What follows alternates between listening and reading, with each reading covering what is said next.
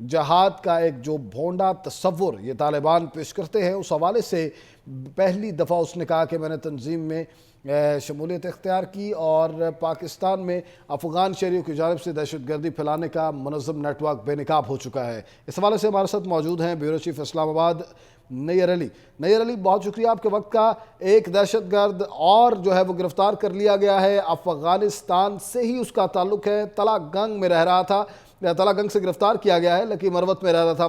اس حوالے سے آپ مزید کیا کہیں گی؟ کی گرفتاری اور اعترافی بیان جس کا آپ حوالہ دے رہے ہیں، اس نے افغان دہشت گرد نیٹ ورک کو بے نقاب کیا ہے، اور تلہ گنگ سے جو گرفتار افغان دہشت گرد ہے اس کی جانب سے یہ کہا گیا ہے، اس کی جانب سے یہ بتایا گیا ہے کہ اس کا نام قاسم عرف حسن ہے اور اس کے والد کا نام لال خان ہے۔ اس کی جانب سے یہ کہا گیا ہے کہ اس کی قوم دلوزئی اور افغانستان گردیز ولایت کا رہنے والا ہے۔ گرفتار دہشت گرد نے یہ بھی بتایا ہے کہ وہ 10 سال پہلے فیملی سمیت افغانستان سے لکی مروت کے راستے پاکستان میں آیا تھا اور یہاں پر ہی وہ پلا بڑا، رزق کمایا اور یہاں کے لوگوں سے بہت پیار ملا۔ گرفتار دہشت گرد نے یہ بھی بتایا کہ سرا درگاہ میں جو ہے وہ اس کی 2025 میں طالبان کمانڈر ارمانی کے ساتھ ملاقات ہوئی ہے۔ ٹھیک ہے، 2025 میں طالبان کمانڈر ارمانی سے ملاقات ہوئی ہے۔ ہمارے ساتھ ہی موجود رہے گا، ہمیں جوائن کیا ہے بریگیڈیئر ریٹائرڈ مسعود احمد خان صاحب نے۔ سر، آپ کے وقت کا بہت شکریہ۔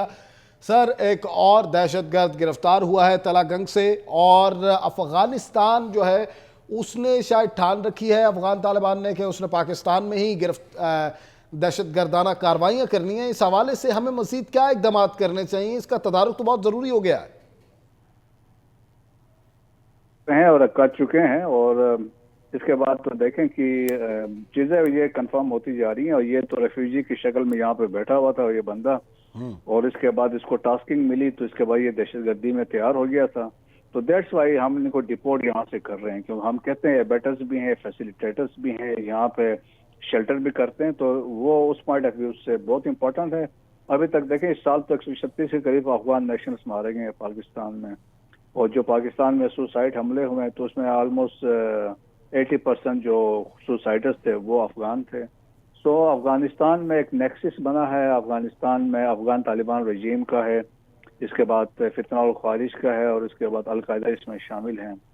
اور جو ریسنٹ ڈیولپمنٹس بھی ہیں، تاجکستان کا واقعہ ہوا ہے، اور اس کے بعد جو واشنگٹن ڈی سی میں وہ جو واقعات ہوئے ہیں، تو اس میں دنیا میں ایک ریئلائزیشن آ رہی ہے کہ ایک خطرہ جو ہے جس کا پاکستان پچھلے 4 سال سے تواتر سے کہہ رہا تھا، اب وہ صحیح ڈیولپ ہو چکا ہے، اور ابھی عالمی امن کے لیے خطرہ افغانستان سے نکل رہا ہے۔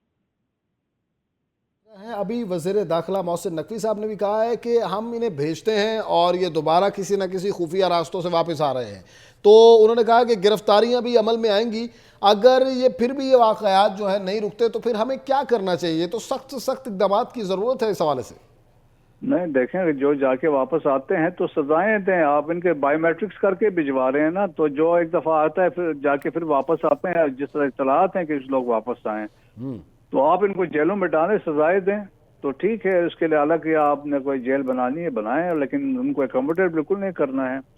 اور ایک طرف سے آپ کے ساتھ جس طریقے سے سلوک کیا جا رہا ہے، وہاں سے دہشت گرد بھجوا رہے ہیں، سوسائڈرز آ رہے ہیں، تو ہم اب کیسے اکوموڈیٹ کریں گے؟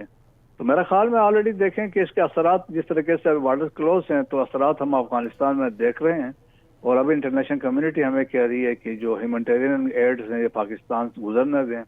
سو وہ اتنا ڈیپینڈنٹ پاکستان پہ ہیں، تو وہ ان کو لگ پتہ گیا ہے کہ وہ Pakistan is not dependent on Afghanistan, Afghanistan is dependent on Pakistan. بالکل ایسا ہی ہے کہ سخت سزائیں دینی چاہیے۔ شکریہ، ہمارے ساتھ موجود تھے بریگیڈیئر ریٹائرڈ مسعود احمد خان اور بیورو چیف اسلام آباد نیئر علی۔